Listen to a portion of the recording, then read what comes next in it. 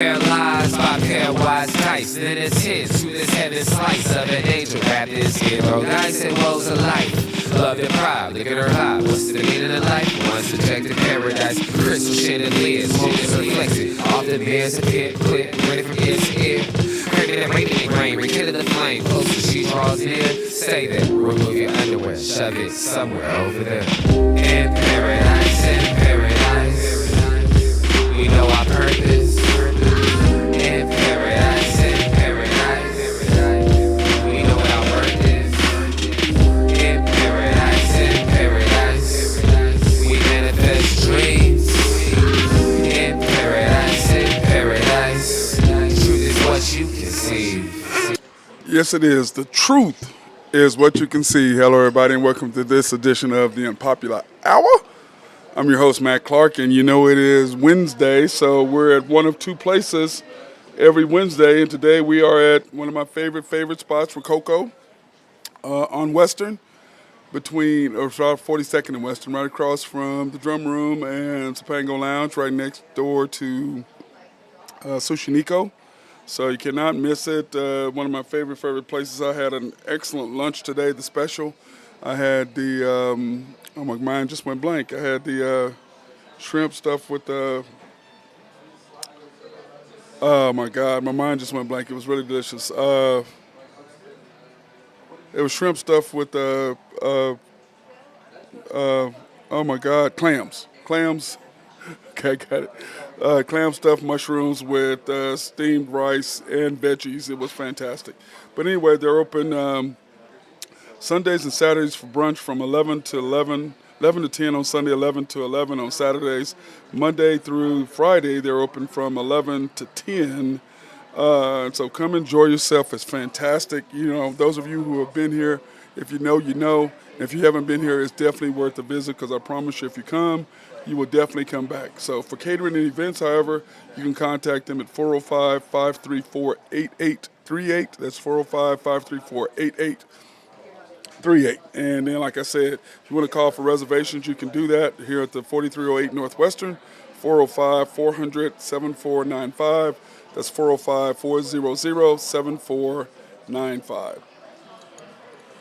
Well, I can tell you, I've been eating healthy lately, as I've had to, but I'm gonna say this: today was, absolutely delicious. That, oh my God, because I've loved clams, I love everything with that. So, and stuff with the shrimp and then the rice, it was great. And I have a picture of it which I'll post later on my story. So, but anyway, Thunder game tonight. We have the Cavs, and this is the seventh in our first 10 games that we have. We play the Cavs. Of course, we beat them game two. We beat them in Cleveland. It was the second game of the year, I do believe, is when we beat them. So tonight is going to be a big game for us because we have to get this W. 7 o'clock tonight, the Thunder plus 2.5, over under 229.5. Second game in a row that we have not been favored, which is just crazy. But, of course, they didn't think SGA was playing, so that's part of it. But, the Cavs have got everybody back, so they have Darius Garland, so they'll be fully loaded and trying to revenge the loss that we gave them early in the year. And if you remember, it was the second game of the year, which we won. So we beat the Bulls opening night, then came around and beat the Cavs 2 days later in Cleveland. Lost to the Nuggets, beat the Pistons at home, then lost to the Pelicans, and then lost to Golden State, and then beat the Hawks on Monday. So, the fact that we played so many games, you got to figure we went back-to-back, so we played the Cavs, the Nuggets, the Pistons, the Pelicans, and the Golden State. So we played 5 or 6 games in like 7 days. And it was crazy. You got to give the guys some 6 games in 8 days, I guess it was, because we played them Friday, so it was 7 days. And for us to be able to say 5 games in 7 days, 5 games in 7 days. And, you got to tip your hat off to the Thunder and what they were able to achieve during that period of time. And so my hat goes off to, their accomplishment of what these young men did. But on the same side of it, you've got to be able to do the things you need to do to survive. And, I got beat up a little bit about some of my comments about being so negative Nancy about the Thunder. So I'm going to stop being negative Nancy. I am going to go ahead and try to be more positive and do that. So here are my keys to the game for tonight. Get off to a good start between the second and fourth quarters, which we will, which we hope. Play good perimeter defense, which we do when we have the right group in there. Coach playing the correct lineups, which he shows me he knows who to put in the game to do what and when it needs to be done. So I know that he knows how to do it. And then Josh Giddey staying aggressive. We've got to have him aggressive if we want to be able to compete with the teams in the West. So, those of you who've been listening to me have, dealt with my feelings, my pissed offness, my disappointment, my frustrations with the way that the Thunder are handling SGA. It reminds me of what happened with KD. And so I'm just going to put it like this. I do believe that the Thunder are handling the situation the way that they feel like they need to. Let's just say that's what they're doing. So I'm just going to leave it at that. On the flip side of that, like I said, my explanation is really simple. I understand you drafted Chet. We did not draft SGA, just like we drafted the Russell Westbrook was our first draft pick, even though Kevin Durant technically was our first pick because the ownership did own the rights, but we didn't pick KD. It was kind of like, okay, you're going to take Greg Oden or KD. Whoever took one was taking the other. So fortunately for us, knock on wood, we got lucky, and we did not get Greg Oden. We got KD. So Russell Westbrook was our first true Thunder pick, and the staff and the ownership chose Russell over KD, which clearly was a mistake. And then now you have another player that's first team All-NBA, and then you have a rookie that you've drafted second overall, and you're doubling down on him. And I don't understand it. I'm sure they have their reasons behind it, but for me, from a pure basketball sense, pure basketball, it has nothing to do with my feelings or anything. I'm a huge Sam Presti fan. I love what he does. But on the flip side of that, I don't understand the basketball part of what he's doing. I don't know how you can take this guy Chet's going to be a good player. There's no question. But is he going to be first team All-NBA? I sincerely doubt that. I really do. Is he going to be a good player? Yes, I think he's going to be a good player. He's getting better and better. Is he Wembanyama? No, he's not. Is he generational? No, he's not. Is he a unicorn? No, he's not. He's none of those things. But is he a very good player? Is he a good player right now? Yes. Could he be a very good player? Yes, he could be possibly a Kristaps Porzingis or something like that. But he's never going to be a generational type player. That's not happening. I don't see it now. This is obviously his first year, and he's only played in 7 games, so we shall see how it turns out, or 6 games, so we'll see how it turns out.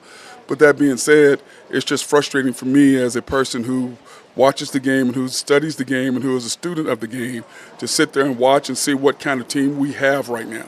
And like I've said from the very beginning, SGA should get about 30. You need to get 40 between Josh and J-Dub. Chet needs to come in there about 12 to 14, about 8 rebounds, 3 to 4 blocks, and that's the way I look at Chet and what he should be able to do. That's me. But they're wanting to push him to be, and I'm just to be better, more than that. I'm going to tell you right now, you don't have a consistent score if SGA is not in the game. Like when there was 1 minute 43 seconds to go the other night, you have a 3-point lead, and you have the ball, and I thought we were going to lose the game. And that's sad because, if SGA was in the game and we had the ball up with 1 minute 42 seconds to go, I'm going to believe we're going to win this game.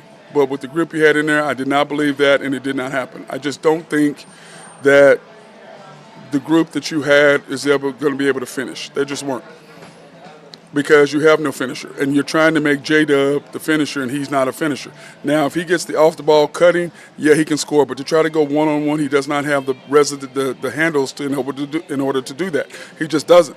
I don't know what you're looking at. I don't know what you're trying to build him into that. Yes, if you do that, you're going to lose a lot of games trying to build him into that when you already can win games by not having to worry about that. So that's kind of how I look at it and how I view it. And my eyes are not going to lie to me. Now, I can look at it this way. You drafted Chet second overall over Jabari. Okay. Jabari was just going to be more athletic than Chad, more of a plug and play player person versus Chet. And then the second thing is you took 3 first-round picks to get Jane as a project. But you did not know that we were going to do what we did last year, granted. Then you draft J-Dub and you draft J-Will. Clearly those two have been exceptional picks. And the NBA draft is nothing but a crapshoot. You never know what you're going to get. That's a fact. But, when you went up to get Jane, we were all like, what are you doing? I mean, we can get other players. But, once again, the coach said in interviews that that they're in a rebuilding mode or a building young team, building a team. Well, screw all that. We're already good. You already have a team. You've got a group. You've got a 3 guys. You've got Josh, SGA, and J-Dub. And then you got Chet ascending.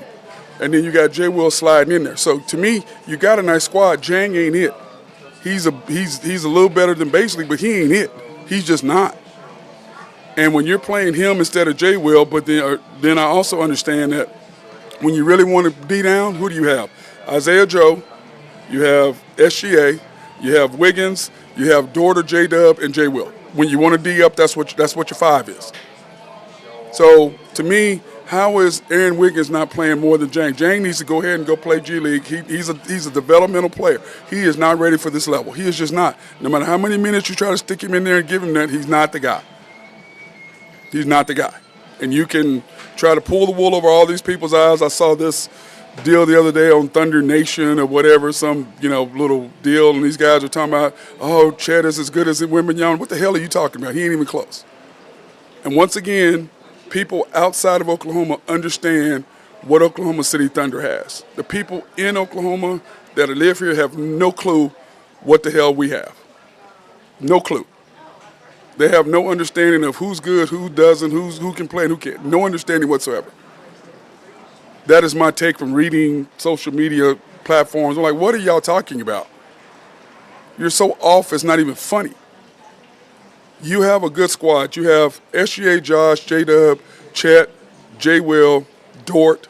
That's your 6. Then Wiggins is your 7, and then Kaysen is coming on. Clearly, he's your 8th guy right now. So you got a good, solid 8 that you can roll with in a playoff game or in the last or whatever you need to do. You got a good 8, but you're trying to stick Jang in there? No. He doesn't belong there. And then you stick Isaiah Joe as your 9th. So you got a good 9-man rotation. And then 10, it could be Michik or whatever. You got 10, you can kind of throw those other guys in there. But Jang, he ain't it. Jang should not be playing over Wiggins. But for whatever reason, when you need stops, you put Wiggins on the floor. But yet that team also builds leads. Why? They can defend the perimeter. They can also shoot the basketball. They're athletic. They can score one-on-one. And so why do you not have that group playing more? But you do when you need a basket. So to me, you know who the hell to play. But for whatever reason, you're doubling down on Jang. He's just like Basley. You got to cut your losses. This kid is not ready. So just stick him in the G League and let him play another year, then let him play a little bit or whatever, and then come back next year and see what we got. But he's not ready. Not if you're going to compete in the West. Not if you're going to win 44 games. I predicted us to be 6th in the West with 47 to 49 wins and then a maximum of 52. We're not going to get near that with this coaching, with this guy's coaching. It ain't going to happen. It ain't going to happen. And also, the one thing I'm going to say about him and SGA is this. He doesn't put him in with 8 minutes to go in the second and fourth quarters like he did with J-Dub, like he did with Dort. The other night, fourth quarter, he pulls Dort off the bench before he pulls SGA off the bench. In what world do you live in that you're going to pull Lou Dort off the bench before SGA in the fourth quarter? What world do you live in that you can do that? That makes any kind of sense. So you can tell me what you want to. There's no issues. There's issues. I asked one of my friends who sits behind the bench, I said, how's that relationship with SGA and the coach? He goes, what relationship? It's a problem, people, and I'm telling you right now, the Sam Presti needs to fix it. He needs to fix it. Because remember, and I'm going to say this again, this is facts. This is not me making up something. With 8 minutes and 17 seconds to go, we were up 20 against New Orleans. They put in Zion to stop the bleeding. We did not put in SGA right then, which is what you should do when the best coach puts the best player in, but this guy's thinking, oh, we're up 20, we're going to be okay. They outscored us 90 to 65 from that point that he injected Zion to the time at the end of the game. They outscored us 90-67. By the time he put SGA in there 2 minutes later, guess what? They had already gotten to a roll, and then now guy's been sitting for 7 minutes. Now he's got to get into the flow. Well, you set him 3 minutes to 4 minutes too long. He's out of his flow now. And I don't know if that's on purpose to get him out because you're trying to do what I don't understand. I just don't get it. But I'm going to, from that point on, I'm going to be positive about them. I'm going to say this guy's going to help us. I'm not going to call out his flaws, which are numerous. I'm not going to call them out saying that they don't know what they're doing when it comes to this, but they don't. But from this point on, hey, I think we're going to win in spite of him, not because of. So that's what I'm going to go with. That's what I'm going to lean with. And I'm sorry, but that's what my eye test says. That's what anybody who's watching can know, can look. It's like I was in the stands the other night, and this older couple behind me are going, why is he putting Dort in the game before SGA? I said, don't ask me, you ask him. Don't ask me. I have no idea why you don't have your first-team All-NBA player in the game. To even though you're going up, you still got to put him in. This is the NBA. 20-point lead evaporates like that in the NBA. It goes away very fast. Very fast.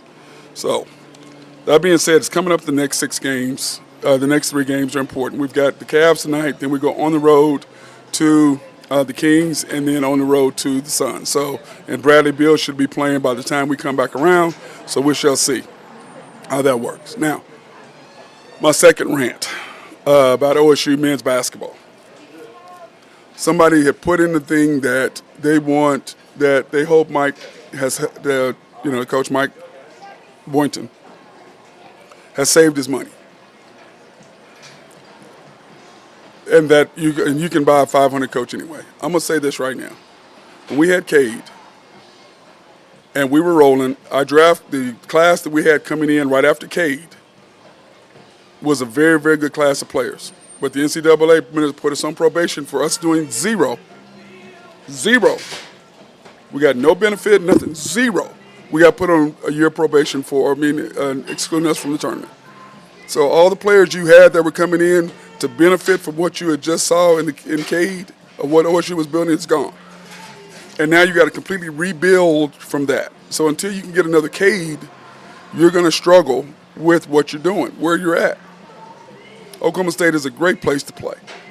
And because of our former AD and him getting rid of the Suttons and not hiring who he should have hired, OSU basketball has not recovered since then.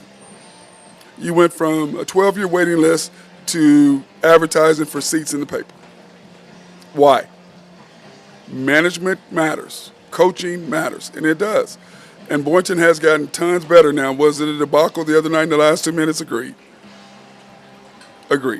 But at the same time, he can recruit, and I think he's going to get there. And I say this is game one. You got to play it out through the year. Let's see what happens. Now, if he's still doing this at the end by the middle of the year, then I'm going to be agreeing with you guys 100%. But right now, I'm not going to be on y'all's side when it comes to what you guys are talking about Coach right now. I'm going to defend him at this particular point, okay? And because I think he has earned that right for us to defend him. And it's the same thing with the coach in Norman. Give the guy a chance. I mean, it takes 3 years. And everybody talks about, it takes you 2 to 3 years to get rid of the former players and bring in your own players. Now, Deion just got rid of everybody. That's completely different. But for the most part, basketball, you got to keep your players in and you add. And after your 3rd year, if you're not doing it then yes. And you got to look at Oklahoma State, Boynton's 3rd year, 4th year, they were ascending. And then, boom, here we go with the probation, not being able to be tournament eligible. Then now all of a sudden you regress back. Now you got to rebuild again. So I say that let's give them a couple years and see what happens with that. And if it doesn't work, then it doesn't work. And then, we can do what we do from that. Now, in the NBA, last night there were no games because of election night. The NBA does not have games on election night, which I think is admirable of them from the simple fact that people need to get out and vote. And I'm a big proponent of voting. I'm a big proponent of people being able to have the right to vote. And so I'm a big proponent of the NBA not having games on voting nights. I like them doing that. That way people don't have to worry about, oh man, I didn't get a chance to make it to the vote, but there's a game tonight, so I'm gonna go to the game instead of voting. No, go vote. That's your one right you have to do. And if you don't like a candidate or if you don't like somebody, then don't cry about it. Take your butt to the voting bill and vote. And no matter what you heard before, voting does count and all your votes count. So all that nonsense you were hearing, all your votes count. Don't believe that. And the problem is in Oklahoma, if you're not a Republican, the Republican Party is going to dominate the Republican Party. But yet your vote does count overall. So vote no matter what. No matter if you think you're going to win or whatever, still vote. That is your right. Because you remember, as a black person back in the day, my dad couldn't vote until the 60s. So, back then you didn't have a right to vote. So now you have a right to vote. Go use it. And I've been voting since I was 18 years old. So you have the right. Go vote. Don't pass up on the opportunity to express how you feel out there in the world. I want to take this opportunity to thank our sponsors, Collaborative Logic. If you have any needs for computers, software, or website design, they are the people to see over there. They can also design specific software to make your office run smoother. If you have network issues, they can come in and do that. And like I said, if you need a website design for your new company or your company updating, they can do that. In fact, they did our website. So holler at my guy, Russell Williford, over there. SRB, if you have any needs for engineering, surveying, or planning, Mark Long is the dude to talk to over at SRB, and they will help you out. And they love to be behind the scenes, to do whatever you have to be done for that. They love if you have a new complex that you're designing, they can do that big time. They can really do that. They're a great group, and they love to be behind the scenes. They don't like being out there in public. They like being behind the scenes to design whatever you need to do. So holler at my guy, Mark Long, if you have any needs for that. Oak Grove Trucking, I saw a post today. My boy Jose, he's out there picking up dirt and rocks and sand a day. So if you have needs for sand, dirt, rocks to be moved, Oak Grove Trucking in his dump truck is the dude to talk to. He's my man. Greg and Max Nafee supporting me as they always do. I appreciate everything they're doing for me, what they always have done. YNB, family owned and operated since 1912. They are the bank that makes things happen. They're an equal housing lender and a member of the FDIC. Proud sponsor of us to go out and support women, minority, and black-owned businesses in the Oklahoma City area. And like I said, we were at Georgia's Happy Hog yesterday, and appreciate them getting us so we can do our deal out there. And then also, of course, they are sponsors when we go to Cutting Up Barbershop to get that done. You can pre-qualify online at www.ynbok.com, www.ynbok.com, or you can go in and see them at the main bank at 401 Elm in downtown Yukon, YNB East off the Parkway and 66th or 39th Expressway, however you want to look at it, YNB Mustang, 218 North Mustang Road, YNB Parkway, which is off Garth Brooks, and just south of I-40 right there on Garth Brooks Boulevard, there in Yukon, right in front of the hospital, YNB Peoples in Bethany, which is the one I always go to on 23rd between Rockwell and MacArthur. That's the bank that I always attend to. And then DT Construction and Consulting, if you have needs for roofing or, remodeling your house, or like I think Drew is still doing concrete work today out and about. And so if you need some concrete work done, or if you need painting inside out, you need he was doing tile last week. So if you need tile removed and new tile placed in, they can do all of that. Remodeling your kitchen, they can also go out and give you estimates on what you have to spend if you're thinking about remodeling. Now, you can call them at 405-209-4051 or DT Construction 2015 at Outlook. They're respectful, local, and loyal, which means he answers his phone when you call. That's what that means. And then, of course, our latest sponsor, Shelter Insurance, the Mark Pemberton Agency, located 4609 Southeast 29th in Dale City, Oklahoma, 405-670-2424.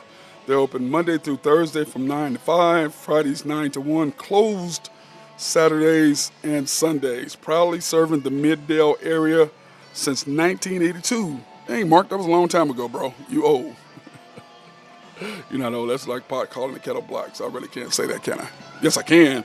I probably shouldn't, but I do. So then our guy, Drew Henthorne, he sent me his picks for the day. I thought Drew was going to be on, but he said he's going to try to slide in later, but he didn't know if he's going to make it. So here are his Herbie Husker picks for the today and this weekend. He's got college football, Miami of Ohio. That's who he's got right now. And I like that pick right there, Miami of Ohio. minus 17. And, of course, Eastern Michigan and Toledo over 45. And, of course, he's doubling down on the Lakers. He sent me a text talking about the Lakers. He's doubling down on them. And I think they're going to be a little pissed off at Houston, especially since Dylan Brooks is still running his mouth at LeBron, which I don't understand Dylan Brooks. I mean, he's a good little player, but why are you running your mouth, bro? I don't get it. Anyway, the Lakers, he says, double down on them tonight. The Sixers, I tell you what, they're playing really, really, really, really, really well. I mean, I'm surprised they're doing so well, but, you know, when you get a new coach in the building and you're putting players in the right position, and basketball and football, coaching matters, and basketball especially too, because coaching matters. You got to be able to put the players in the right position, and it seems like he's done that, and he's got them believing, and Joel Embiid is on fire. Tyrese Maxey's doing his thing. So the Sixers, I had them pick fourth. I was a little worried about my earlier prediction in that, but I think it's going to be fine. They are rolling. The Warriors and the Nuggets tonight over 2-7. Oh, man, that's going to be a good game. Warriors are playing really good right now, and but we'll kind of see where they are tonight when they have to go play the Nuggets, because Denver is a handful. Their top 7 or 8 are really strong, and then they've got a couple of new role players that they've got coming in. But they're out there trying to make a statement and beating the teams they should beat, because they know that they've got a tough hold here in the West. Cavaliers and the Thunder tonight, he's taking the over 228. For the Thunder, I do believe it's going to be a high-scoring game, because remember, the Thunder average about 115, 16 points a game. Now, I will be doing our stats. I need to do that probably tomorrow or Friday. I'm going to do the Thunder stats, season stats, where we ranked offensively, defensively, and scoring, how much we give up, where we are in three-point percentage, what we're giving up. So offense and defensive stats ranked out of the top 30 in the NBA. I'm going to have those stats probably tomorrow on the show, on the Unpopular Hour tomorrow. So I'm probably going to have those stats for you, but I will for sure have them Friday night for after the Thunder play Friday night, after the Kings game, when we do after the Storm. So I'll for sure have that, because I think that's going to be a good test. And I really wanted to wait to the 10th game, but I think after tonight's game, you're going to, because this will be our last home game, so you're really going to have a good feel for where you are and what we're doing after this game tonight. So that's what I think I'm going to do it, because that's going to give you a feel for where we are and where we're going after having this many home games. Because the one thing you have to do is you have to hold your home court. And right now we've lost 2 home games. You can't afford to lose a third. So we need to take care of business when it comes to that. We got 6 home games. You need to go 4-2 at home, not 3-3. 3-3 is worst, but you need to go 4-2 at least at home to really cement our place in the West. That's kind of what I'm doing. Okay, and then Mississippi State, he's taking college basketball tonight, -3. Kent State, plus 10.5. So, and you know what I did is, I don't know if you guys remember, but I did do my NBA predictions on what I thought the NBA would do this year. Here's my playoff predictions. I had the Thunder ranked 6th in the West.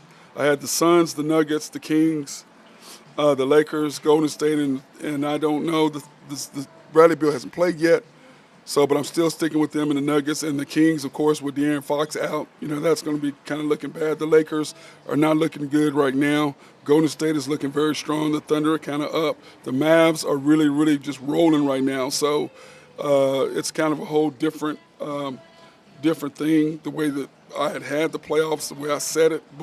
And then when you look at the East, I had the Sixers 4th, Bucks and Celtics. Clearly the Celtics and the Nuggets are clearly the class of NBA basketball. And here are my power rankings as of yesterday. I did my power rankings, and I try to do those every Tuesday because it's fluid, it changes. Depending on what someone does in that week.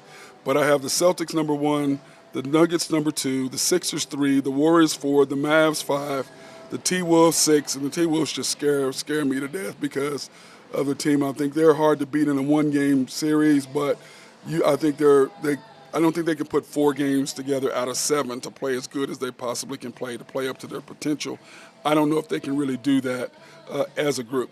But anyway, right now I got them 6th, the Milwaukee Bucks 7th, because they're still trying to figure out the whole Dame Giannis thing. Pelicans 8. That may change now that C.J. McCollum has the collapsed lung.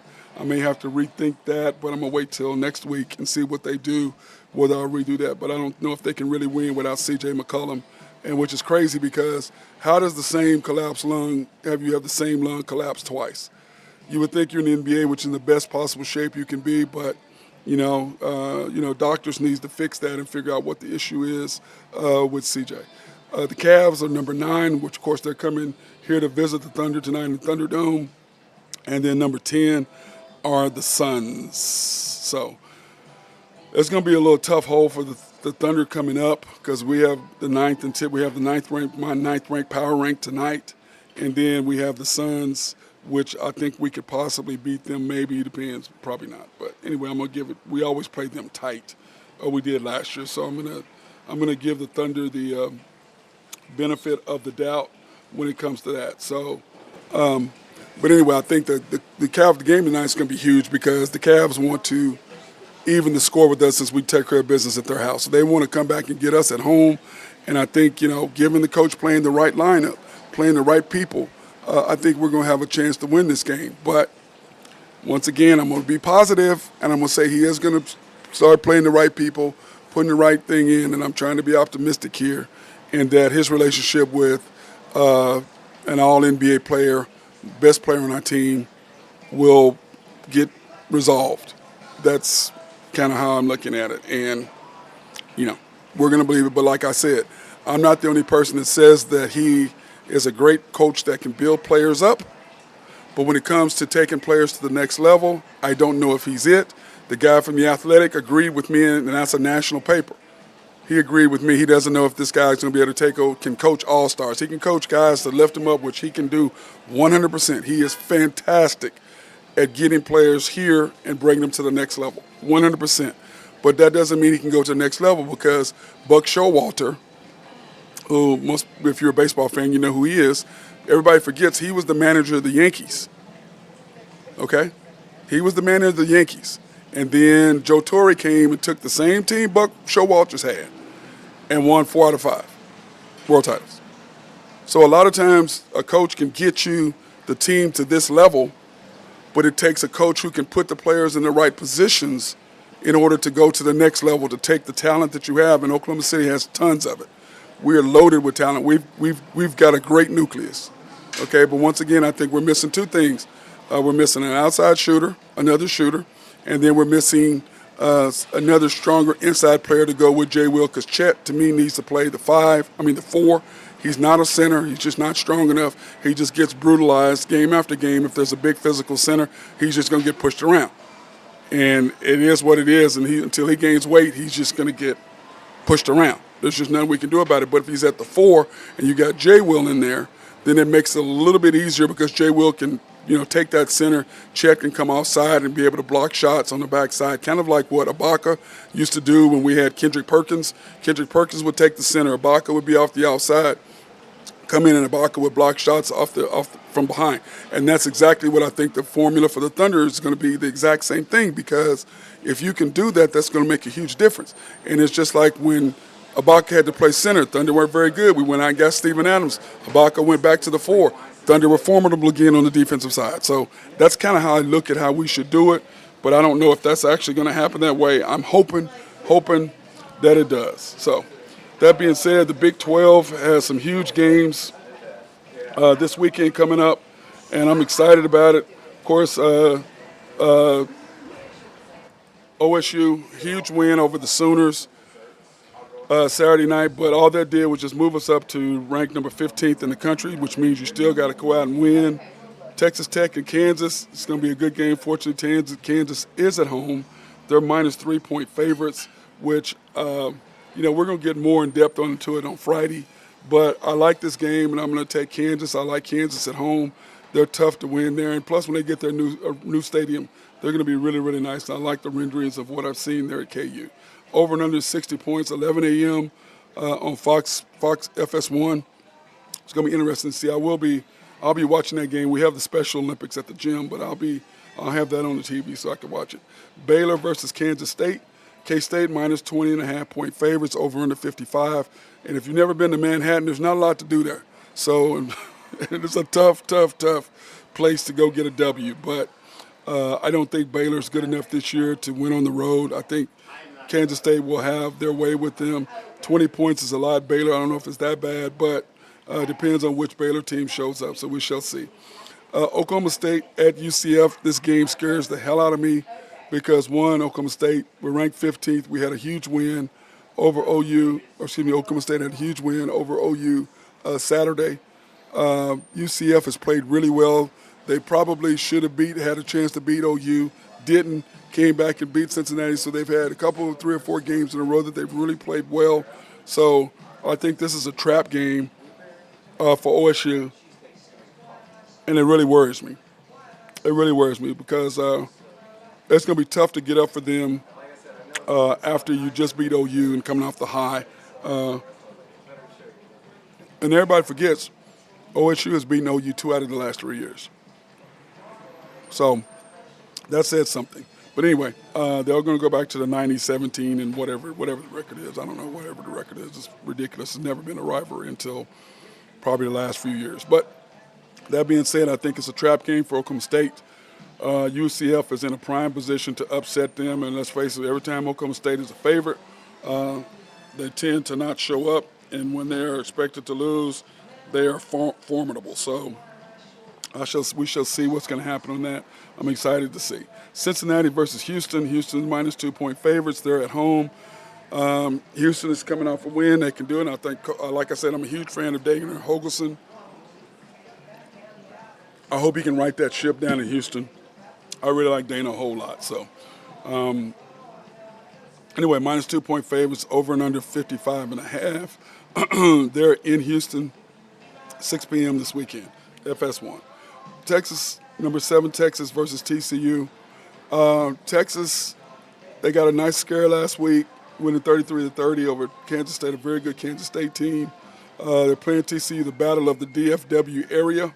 Well, I guess it's not because Texas is actually in Austin, so it's really not the DFW area. But they have a lot of fans there that are in Dallas. I'll take Texas has a lot of fans there, so that's what I like to call it, even though it's Austin versus Fort Worth.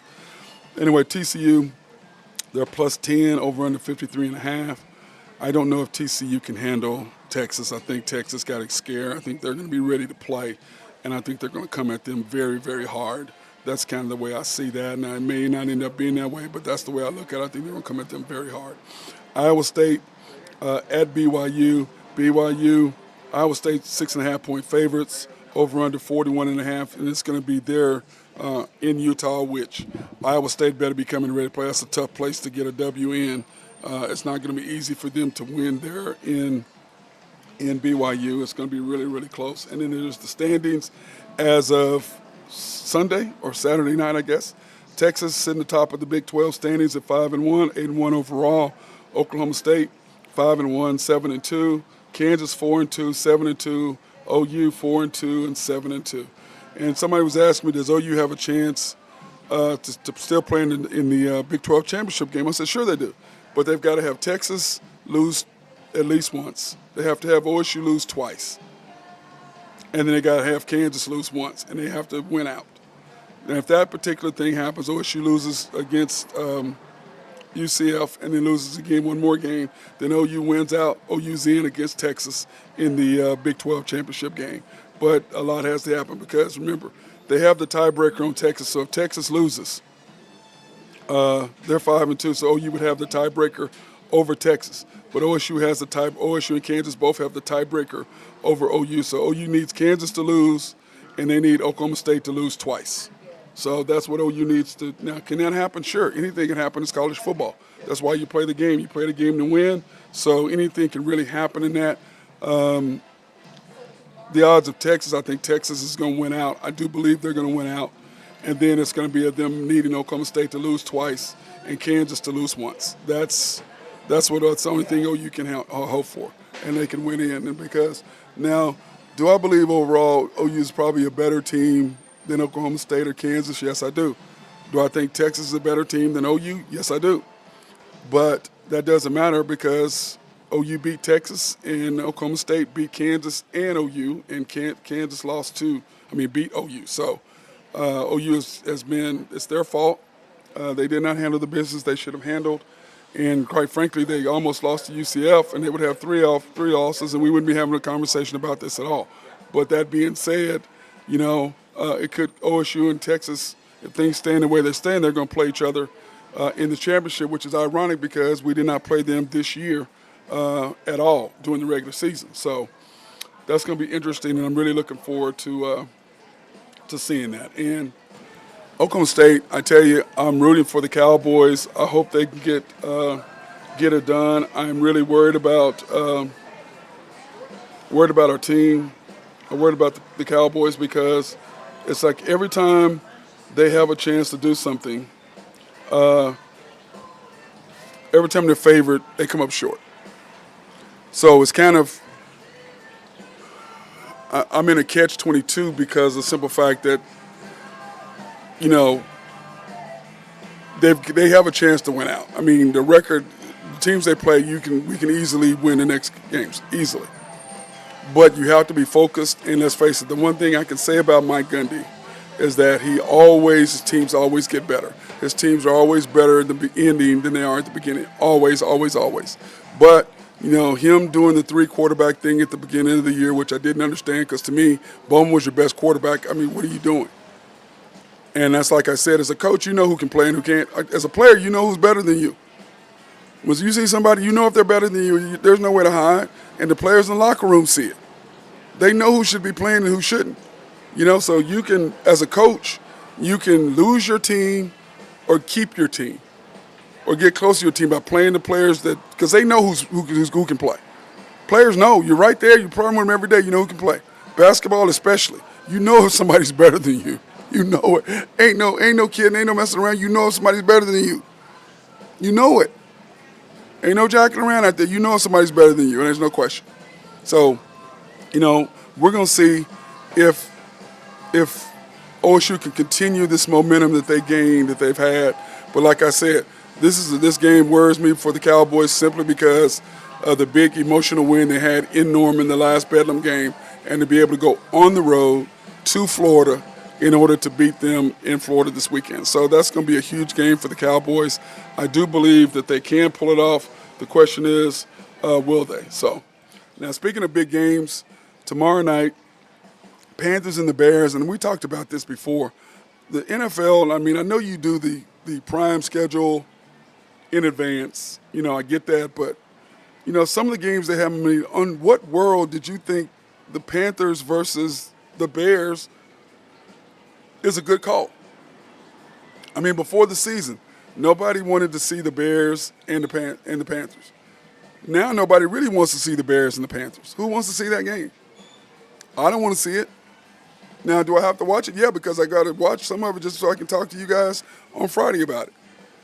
But it's like, come on, NFL. I mean, you're going to tell me in the 17th there's not a better Thursday night. I mean, you look at all the games you got here. You can tell me you can't find one game that you can put on a Thursday? And I know it's about scheduling and when teams can play and when they can't. I mean, I get that. But you can't tell me there's not one game, or you're leaving the big games for Sundays for the NFL for Fox and CBS. Because I'm looking at the schedule on Sunday, and I'm thinking, man, there's some games I'd much rather watch standalone games. Because let's face it, the Jets and the Raiders for the 7 p.m. game, I'm really not interested in the Sunday night game of watching that. Monday night, the Broncos versus the Bills. I'm really not excited about seeing the Broncos and Bills on Monday night either. So, I mean, there's games that are standalone. Those are your 3 standalone games. Look at it. You've got, 4 standalone games. You got the Panthers and the Bears. Nobody cares. You got the Colts and the Patriots. Nobody cares. You got the Jets and the Raiders. Nobody cares. And you got the Broncos and the Bills. Nobody cares. Sorry, Jose. I know you care. Jose Fierro, my guy. I know, he's Oak Grove Trucking. I mean, I get that. But, like I said, nobody cares about the Broncos and the Bills unless you're a Broncos fan. And then the Jets and the Raiders on Sunday night, nobody really wants to watch that. And then the Sunday morning game, you had the Chiefs and the Dolphins last Sunday. You got the Colts and the Patriots this Sunday. I mean, really? Anthony Richardson's not playing. So if he's been playing, yes, I guess that's a game I probably would have wanted to see. But, yeah, no. And I guess the Broncos and the Bills at the beginning of the year, yeah, that's a game you wanted to see. And then the Jets and the Raiders, you really wanted to see Aaron Rodgers. So I mean, I guess that. But Thursday, Panthers, Bears, you can't I mean, I don't, two young quarterbacks going at it, I guess. I mean, doesn't excite me at all. So, anyway, Panthers, Bears tomorrow night. The Bears minus 3.5-point favorites, over under 39. I'm just not interested, but I mean, I'm going to have to watch it because I got to do the show and talk about it on Friday. Colts at the Patriots, 8:30 a.m. on Sunday. I'll already be up doing basketball and stuff. I haven't opened up the gym, so I'll already be up, and I'll be watching some of that on and off throughout the morning. Texans against the Bengals. I'm really interested to see how C.J. Stroud's going to play. Sorry, Colts and Patriots. The Patriots are minus 1.5-point favorites. They're over in Germany. Texas and the Bengals. Texans. I'm interested to see how C.J. Stroud plays against Lou Amarillo's defense and the Bengals and what they do to him, because he still is a rookie, and he hasn't faced a defense. I mean, he's faced some good defense. I'm not going to say he hasn't, because he has. So we're going to see how they handle that, because it's all about offensively how you deal with the Bengals defense. And remember, the Texans offensive coordinator was from the Kyle Shanahan tree, okay? Because Mike McDaniel took the young assistant with him from there to be his offensive coordinator at Denver from San Francisco. And then when DeMeco Ryan left San Francisco last year as defensive coordinator to be the coach of the Texans, he took the young up-and-coming offensive coordinator, future guys. So they've got some young guys in there that still have that Kyle Shanahan mentality, which I think that's why the Texans have been so good so quickly. You got a quarterback who's very accurate in the pocket, and then he doesn't really have the weapons he needs, but you got a decent defense who is getting better, and you're only going to get better there. So offensively, get him some skill positions next year in the draft, trade for some, and you'll be fine. But anyway, I'm interested to see what that game is going to be. The Bengals, -7. Joe Burrow is playing great, and everybody talks about how great he is and this and this. Well, he's had T. Higgins, and he's had Boyd, and he's had Jamar Chase to throw the ball to. And would he be that if he did not have them? You got to have a wide receiver to throw the ball to. I don't care who you are, you got to have somebody to throw the ball to. Saints at the Vikings. This is an interesting game. The Vikings at home. The Saints, I don't know, that team, they're hard to watch for me. I'm not necessarily a fan of them. They're just a hard team to watch. And David Carr is just, they're a tough team to watch for me. Vikings, +2 at home. And Dobbs is the quarterback, and we'll see what he can do if he can bounce back and have 2 games in a row. It's still remarkable to me how somebody who just comes in the building on Tuesday or Wednesday, Sunday plays the game and can actually do something with the playbook. That is just astounding that he did that. Very remarkable that someone could come in and do that in this league, their first game. But like I said, we'll see what he does after the second game, and people have some tape on him. Packers at the Steelers. I think the Steelers are just going to smash the Packers. They're not going to let them run the football. They're going to force Jordan Love to be able to be a passer, and I don't know if he's capable of doing that yet. We shall see how that works. I just think the Steelers, -3, I would take the Steelers in that for sure. Titans versus the Buccaneers. Will Levis versus Baker Mayfield at home. Baker's been playing well. I'm nice to see him bounce back after this year, or after he's had. But, the thing is this, he got humbled, and he's playing like a grown, mature adult person that he did not do while he was at OU, and certainly not while he was at Cleveland.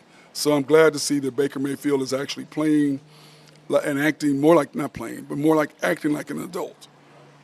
And I like the maturity that he's showing. So now I'm wanting him to be, I'm a fan of Baker's, and I never was a fan while he was at OU and when he was at Cleveland, but I'm becoming a fan of him now that he's not such a jerk that he has been before. So I'm liking them right now. So I'm going to probably take the Buccaneers at home over the rookie Will Levis from the Titans. Niners and the Jaguars. Man, Niners got a lot to prove, but I don't know what they're going to do. Trevor Lawrence is an absolute monster, and I don't know what they're going to be able to do with them, especially in Jacksonville right now. I like the Jags in this game.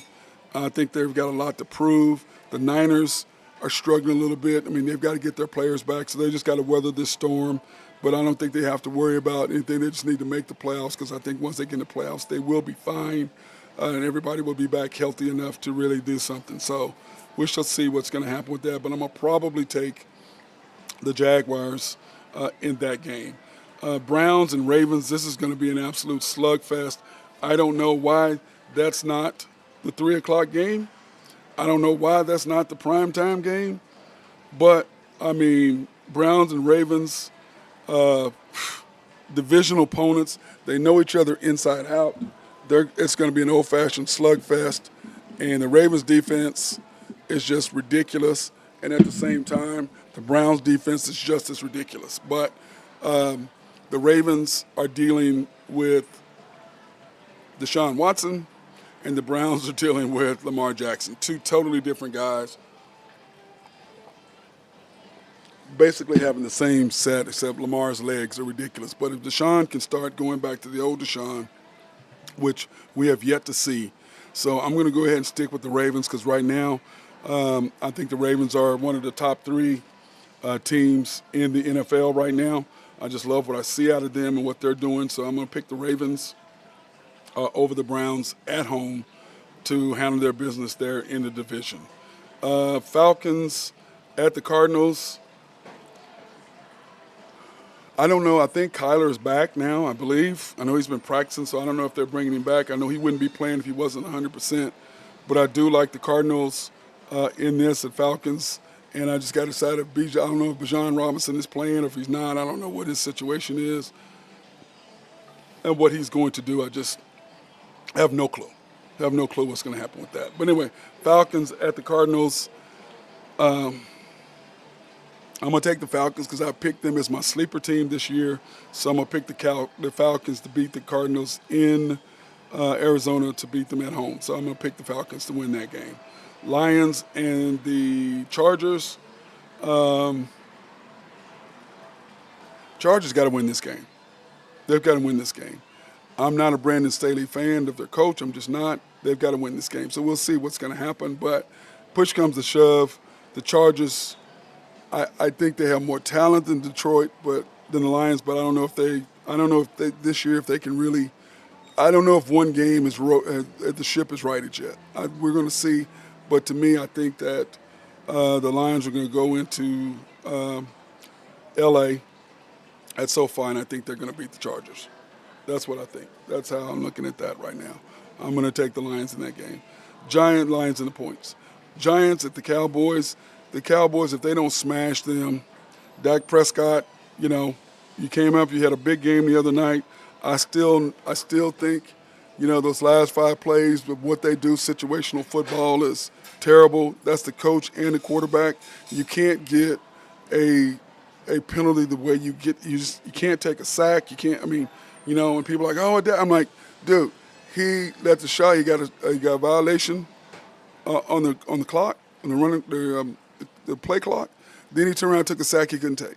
Then he threw the ball short in the end zone. So yeah, he played good overall, but Dak is Dak.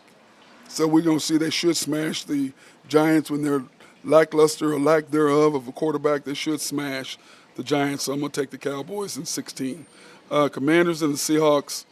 The Commanders are sneaky. Sam Howell, I'm a big fan of his. I just think they need a whole new coach, a whole new situation. I think Josh Harris and Magic Johnson are going to switch out, and I think they're already looking at what they can do and probably looking at a new GM and everything. I think they're looking at the whole thing. How are we going to do better? How are we going to get rid of the mentality and the culture that has been bred here in Washington? So that's what they're going to have to figure out, and I think they will because Magic has nothing but a winner's mentality, being part owner of the Lakers, being part owner of the Dodgers, winning championships with the Lakers as the owner, winning championships with the Dodgers as the owner. So I do believe he will get it done there with the Commanders. I think they will get that turned around, and Josh Harris will as well, the new owners. The Jets at the Raiders. The Raiders are the Raiders. It's frustrating watching them. I don't really have a lot. I'm going to have to watch it because, like I said, I've got to do it on Monday. So I'm going to go, if I have to pick a team, I'm going to pick the Jets on the road and against the Raiders and the points in order to get that job done because I don't think Zach is going to play that bad again. I hope not. And then Monday night, Broncos and the Bills. I'm going to take the Bills at home they've got to get something done. And after they look terrible, Josh usually comes back. Josh Allen usually comes back strong and ready to go. So I'm going to go ahead and take them in that on Monday night. So we shall see how it works out. That being said, I want to thank my guy. Remember, I'm here at Rococo, here on Western, 4308 Northwestern, sitting on the patio. Man, what a great lunch I had today. It's always fantastic. Appreciate Bruce and the staff, Benny and all those guys, Ivan, for taking care of me today as they always do. Come in to Rococo, 4308 Northwestern. Call for reservations, 405-400-7494. And if you've never been here for brunch on Saturdays and Sundays, you're missing out. I'm going to tell you what, I've been having to eat healthy, and I had their lobster veggie omelet. And I'm going to tell you, it was absolutely incredible. One of the best things I've ever had. I will be only eating that every time I come back here from now on. And so anyway, they're open Monday through Thursday from 11 to 10, Fridays from 11 to 11, and Saturdays 11 to 11. So by all means, come in, check them out. Bruce and the guys would love to see you. So holler at them, holler at Jason, and holler at the guys. Tell them that I sent you. So that being said, everybody have a fantastic day. Go out and play golf if you can. I can't. Go out and play some golf and then go support the Thunder tonight for our last home game in this stretch. Have a good day.